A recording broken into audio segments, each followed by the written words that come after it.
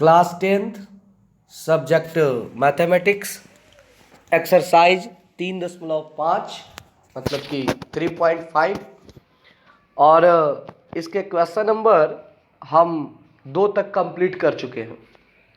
आज हम लोग इस चैप्टर को ख़त्म करेंगे जिसमें एक क्वेश्चन है 3 नंबर और उसके बाद है 4 नंबर में 5 सवाल है। आज हम क्या करेंगे कि आपको सारे सवाल को समझा देंगे और आप लोग अपने मन से वज्र गुणन विधि या प्रतिस्थापन विधि या विलोपन विधि किसी भी मेथड से आप सवाल को कल घर से सॉल्व करके लाएंगे। ये आप लोगों के लिए होमवर्क में रहेगा। तो आइए हम लोग चलते हैं सवाल नंबर 3 पर। किताब निकाल लेंगे। सवाल नंबर 3 है कि निम्न रैखिक समीकरणों के युग्म को प्रतिस्थापन एवं वज्र गुणन विधियों से हल कीजिए। मतलब आपको करना क्या है कि नीचे आपको 2 समीकरण दिया गया है। पहला समीकरण है 8x + 5y = 9, ये समीकरण 1 है। और फिर दूसरा समीकरण है 3x + 2y = 4, समीकरण 2। आप इसको पहले प्रतिस्थापन विधि से हल करेंगे, उसके बाद इसे वज्र गुणन विधि से हल करेंगे।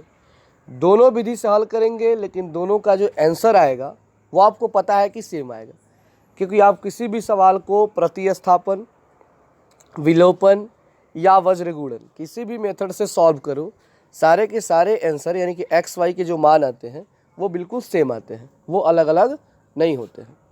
तो आपको क्या करना है कि जो ये इक्वेशन दिया हुआ है तो पहले आप प्रतिस्थापन विधि से हल करना, उसके बाद आप क्या करना है कि इसको वज्र गुणन विधि से हल कर देना। अब वज्र गुणन विधि से करने के लिए आपको क्या करना पड़ता है कि 8x + 5y = 9 है, तो आप क्या करना कि 8x + 5y बराबर में 9 है, इधर लाइएगा तो -9 बराबर 0। ये होगा वज्र गुणन के लिए।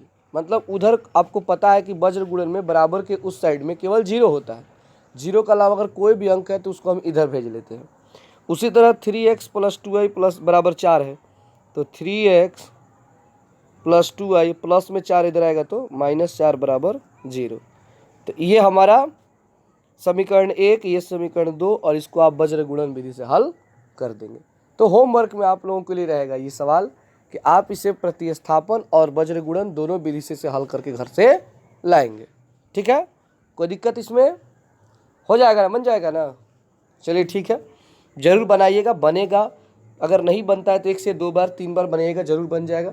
और आप लोग अगर इस सवाल को सॉल्व कर लेते हो ना तो ये आपके दिमाग से कभी हटने वाला नहीं है, क्योंकि आप लोगों को वज्र गुणन, प्रतिस्थापन, विलोपन सब बता चुके हैं।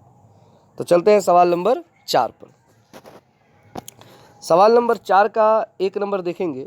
सवाल है कि निम्न समस्याओं में रैखिक समीकरणों के युग्म बनाइए। मतलब नीचे स्टेटमेंट दिए गए हैं, कुछ बातें दी गई है, उसे पढ़ना है और उसे पढ़ करके उसके आधार पर इसके 2 समीकरण बनाना है। युग्म मतलब होता है जोड़ा। युग्म का मतलब क्या होता है जी? जोड़ा। तो रैखिक समीकरणों के युग्म बनाइए, मतलब रैखिक समीकरणों का जोड़ा बनाना है। और उसके बाद क्या करना है कि उसके हल किसी बीजगणितीय विधि से ज्ञात कीजिए। बीजगणितीय विधि का अर्थ होता है कि आप इसे वज्र गुणन विधि से हल कीजिए, आप इसे विलोपन विधि से हल कीजिए, आप इसे प्रतिस्थापन विधि से हल कीजिए। मतलब जो मेथड आपको आता है, कोई भी एक मेथड, एक ही मेथड का यूज करना है, चाहे विलोपन हो, चाहे प्रतिस्थापन हो या वज्र गुणन हो, किसी एक मेथड का यूज करो और इसको सॉल्व कर दीजिए। हम क्या करेंगे कि आपके इसको 5 सवालों का हम समीकरण निकाल देते हैं, समीकरण निकाल देंगे और आप लोग किसी एक मेथड से जो आपको आता है, विलोपन आए, वज्र गुणन आए, प्रतिस्थापन आए, जो भी आपको आता है उस मेथड से आप इस सवाल को बनाकर लाएंगे घर से। तो इस तरह आप लोगों का 5 क्वेश्चन ये और 3 नंबर एक क्वेश्चन, 6 क्वेश्चन आपको होमवर्क में रहेंगे। जरूर इसे बनाएंगे, नहीं बनाइएगा तो आपका फेयर भी रुकेगा और सेकंड चीज़ आपकी प्रैक्टिस नहीं बन पाएगी। तो ये अच्छी बात नहीं। कोशिश कीजिए कि एक सवाल को हम तीनों मेथड से बना दें, वज्र गुणन से ही बनाएं, विलोपन से भी बनाएं, प्रतिस्थापन से ही बनाएं। तो अगर हम तीनों मेथड से इसे सॉल्व करते हैं, मतलब फेयर में, एग्जाम में आपको एक ही मेथड यूज करना है, बट हम अपने प्रैक्टिस के लिए बोल रहे हैं। रफ पेज पे आप इसे क्या करो कि तीनों मेथड से बनाओ। इस तरह बनाओगे ना तो 5 क्वेश्चन है तो 5 3 15 मेथड होगा, 15 बार उस सवाल को बना दोगे। जब 15 बार बनाओगे तो बाबू जिंदगी में ये आप लोगों के दिमाग से कभी नहीं हटेगा कि प्रतिस्थापन क्या होता है, विलोपन क्या होता है और वज्रगुणन क्या होता है। ये आप लोगों के लिए मतलब बाएं हाथ का खेल हो जाएगा, फटाफट फटाफट बना दोगे। तो चलिए पहले इसको समझा देते हैं। एक नंबर सवाल को क्वेश्चन है कि एक छात्रावास के मासिक व्यय का एक भाग नियत है। छात्रावास का अर्थ होता है हॉस्टल, अंग्रेजी में इसको हम लोग हॉस्टल बोलते हैं। और छात्रावास, छात्र जोड़ आवास, यानी वैसा जगह जहाँ पे छात्र रहते हैं। तो छात्रावास का मासिक व्यय, मासिक व्यय का अर्थ होता है महीने का खर्च, एक महीने का खर्च, एक भाग नियत है, वो फिक्स है। जैसे कि आप लोग कभी हॉस्टल में पढ़े होंगे रह करके, या आपके घर के बच्चे हॉस्टल में रह के पढ़ते होंगे, तो आप लोग देखते होंगे या सुने होंगे कि फलानवा हॉस्टल का इतना फ़ी है महीने का, 1600, 1700, 5000, 6000, जो भी है।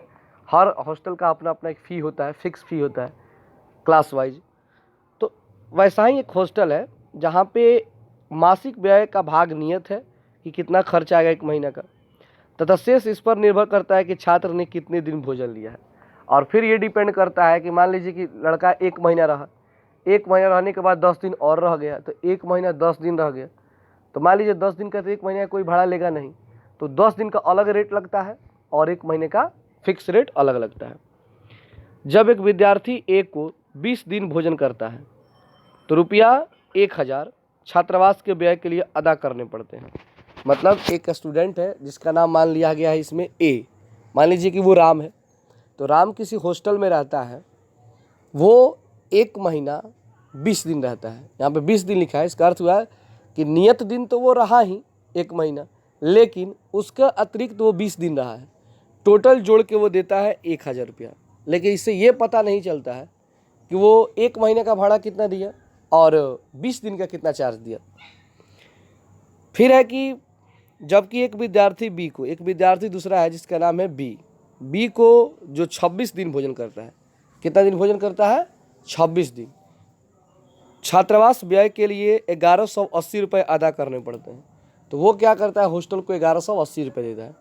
अब मान लीजिए कोई 20 दिन एक्स्ट्रा रहा है तो 1000 है, तो 6 दिन अधिक कोई रहा यानी 26 दिन, तो थोड़ा ज़्यादा देगा ही, तो 1180। तो नियत व्यय और प्रतिदिन के भोजन का मूल्य ज्ञात कीजिए। तो आपको ये बताना है कि वो फिक्स भाड़ा कितना एक महीने का और अतिरिक्त दिन जो ये लोग रह रहे हैं उसका भाड़ा क्या होगा। ठीक है, तो आइए इसको हम समीकरण निकाल देते हैं और आप लोग घर से इसे बनाकर लाइएगा। सबसे पहले लिखेंगे कि माना छात्रावास के मासिक नियत व्यय, मतलब उस हॉस्टल का जो महीने का खर्च है वो ₹100 है। मतलब जो x का मान आएगा वो एक महीने का खर्च होगा। और छात्रावास के मासिक नियत व्यय, मतलब यहाँ पे थोड़ा सा मिस्टेक है, यहाँ पे आप कर देंगे अतिरिक्त व्यय, इसको काट के यहाँ पे लिखेंगे अतिरिक्त व्यय। अतिरिक्त व्यय ₹Y, अतिरिक्त व्यय जी ₹Y और छात्रावास का नियत व्यय ₹X। प्रश्न से x + 20y, x + 20y क्यों लिखा गया है कि x का अर्थ हुआ कि वो एक महीना रहा और फिर 20 दिन रहा, तो एक महीना 20 दिन दोनों मिला के वो देता है ₹1000। तो आप इसे समीकरण 1 कहोगे। और फिर उसके बाद एक महीना दूसरा व्यक्ति यानी जो बी वाला है वो एक महीना रहता है 26 दिन, तो 26 दोनों को मिला के 1180। तो ये समीकरण 1 और ये समीकरण 2 हो गया। यानी कि ए वाला का जो समीकरण है वो है x + 20y = 1000 और बी वाला का है x + 26y = 1180 हो गया। समझ गए बात को? तो चलिए इसको उतार लीजिए और इसे आप लोग घर से बना के लाएंगे। थोड़ा सा इसमें सुधार करना है, यहाँ पे लिखेंगे, ये काट देंगे अतिरिक्त व्यय और इसे समीकरण 2, और आप इसे जिस विधि से मन कर उस विधि से बनाकर लाइएगा।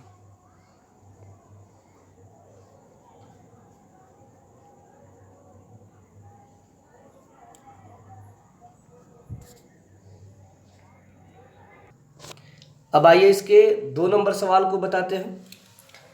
क्वेश्चन है कि एक भिन्न 1/3 हो जाती है। तो आप लोगों को पिछले चैप्टर में ही बता चुके हैं कि भिन्न में एक अंश होता है और एक हर होता है। अंश का अर्थ जो ऊपर होता है वो अंश होता है और जो नीचे होता है वो हर होता है। तो एक भिन्न है जो 1/3 हो जाता है जब उसके अंश से 1 घटाया जाता है। मतलब आपको करना क्या है कि आप किसी भिन्न के अंश में से 1 को घटाएंगे, तो 1 को घटाएंगे तो उसका मान 1/3 हो जाता है, ठीक है। और हर के साथ आपको कुछ नहीं करना है, हर जैसा है उसको उसी तरह रहने देंगे। तो मान लीजिए कि अगर भिन्न का अंश हम हर सवाल की तरह x मानते हैं तो उसके हर को y मान लेंगे, तो अंश में 1 जोड़ देंगे, मतलब कि x+1 कर देंगे, लेकिन हर में y में कोई भी चेंजिंग, कोई भी परिवर्तन नहीं करेंगे। तो x+1/y और बराबर में लिखेंगे 1/3, क्योंकि उसका मान कितना हो जाता है, 1/3 हो जाता है। फिर कह रहा है कि और वह 1/4 हो जाती है जब हर में 8 जोड़ दिया जाता है। मतलब उसके हर में आपको 8 जोड़ना है, अंश में अब की बार कुछ नहीं करना है।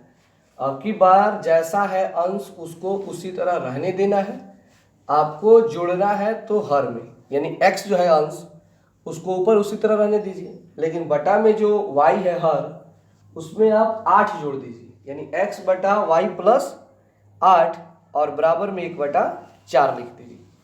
और इन दोनों मेथड से आप 2 समीकरण निकाल लीजिए, 2 रैखिक समीकरण।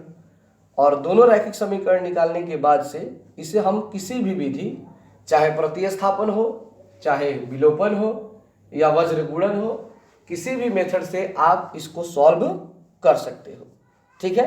तो वह भिन्न ज्ञात कीजिए। तो चलिए आपको इसका समीकरण निकाल कर दिखा देते हैं और आप लोग इसे घर से सॉल्व करके लाएंगे। तो सबसे पहले लिखेंगे कि माना भिन्न का अंश बराबर x और भिन्न का हर बराबर y।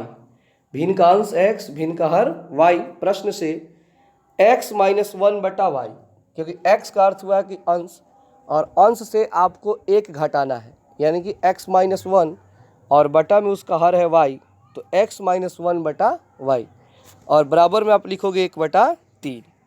तिरछा तिरछी यहाँ पे गुणा करोगे, क्रॉस मल्टीप्लाई, तो 3 में x से गुणा करोगे तो 3x, फिर 3 में 1 से गुणा करोगे तो -1 और y में 1 से गुणा करोगे तो y। अब ये 3x का 3x प्लस में y है बराबर किधर आएगा तो -y, और पहले से इसमें -1 है बराबर 0, तो ये आपका समीकरण 1 हो जाएगा, ठीक है। तो यहाँ पे आप देख लीजिए, 3 में 1 से गुणा हुआ 3x, 3 में 1 से गुणा हुआ 3, y में 1 से गुणा हुआ y, प्लस में y है बराबर किधर आया तो माइनस, तो 3x - y बराबर 0, 3x - y - 3 बराबर 0, समीकरण आपका 1 हो गया। यहाँ पे आप लोग लिख लीजिएगा समीकरण 1। अब फिर है कि उसके अंश में कुछ नहीं करना है, बल्कि उसके हर में 8 जोड़ना है। तो अंश आपका x उसी तरह रहेगा, लेकिन हर में 8 जोड़ेंगे तो x/y + 8, तो इसका मान 1/4 हो जाएगा। अब 4 से x में गुणा करेंगे तो 4x, और 1 में y + 8 से गुणा करेंगे तो y + 8, और ये 4x का 4x उतारेंगे, प्लस में y है तो बराबर किधर आएगा तो -y, अब प्लस में 8 है बराबर किधर आएगा तो -8, और बराबर में कुछ नहीं बचा तो 0, तो इसे मान लेंगे समीकरण 2। तो इस प्रकार हमको समीकरण 1 और समीकरण 2 मिल गए।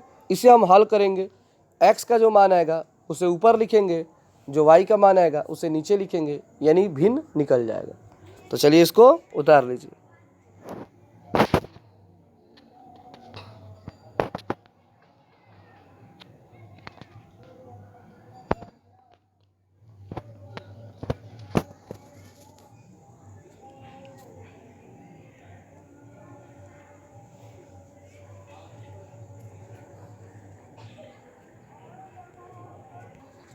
अब आइए इसके सवाल नंबर 3 को देखते हैं, समझते हैं इसको। सवाल है कि यश नाम का एक लड़का है, एक टेस्ट में 40 अंक अर्जित किए। मतलब यश नाम का कोई लड़का है जो उसके क्लास में टेस्ट होता है तो उसको 40 नंबर मिलता है। जैसे कि आप लोग भी टेस्ट देते हो तो किसी न किसी व्यक्ति का तो 40 आता ही होगा, तो उसी तरह यश नाम का एक लड़का है जो क्लास में टेस्ट देता है तो उसका 40 नंबर आता है। कितना नंबर आता है जी? 40 नंबर आता है।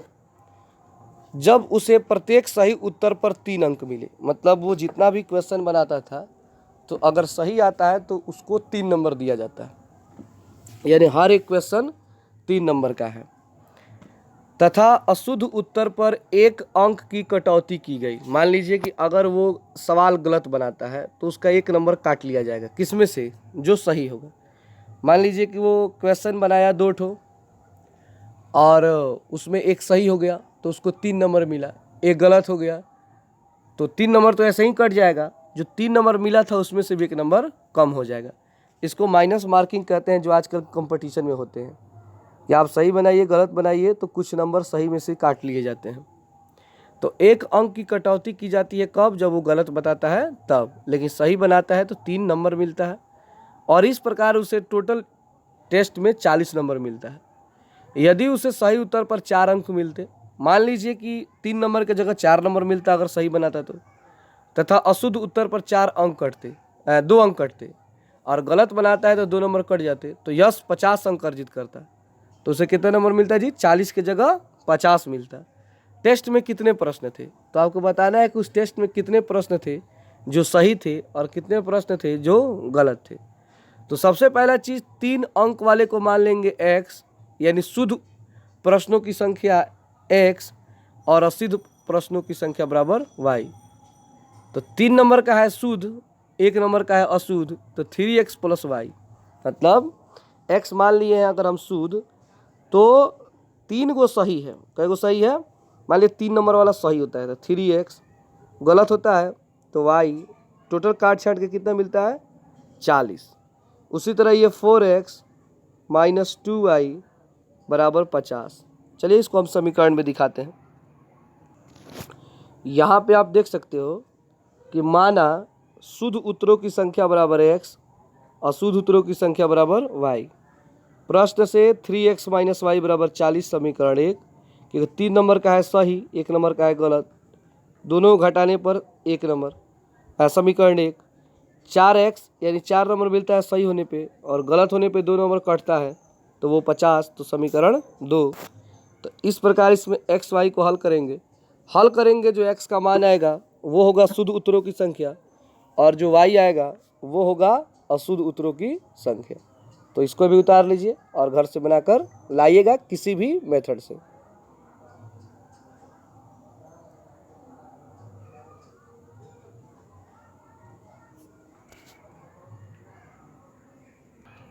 समय की कमी को देखते हुए, क्योंकि समय और भी सारे सब्जेक्ट हैं वो भी देखना है, आज इतना ही। तो आप लोग 3 सवाल और वो 3 नंबर सवाल 4 सवाल सॉल्व करके लाएंगे। बचे हुए 2 सवाल और एग्जाम्पल के सवाल कल पूरे कराए जाएंगे। तो आज के लिए इतना ही।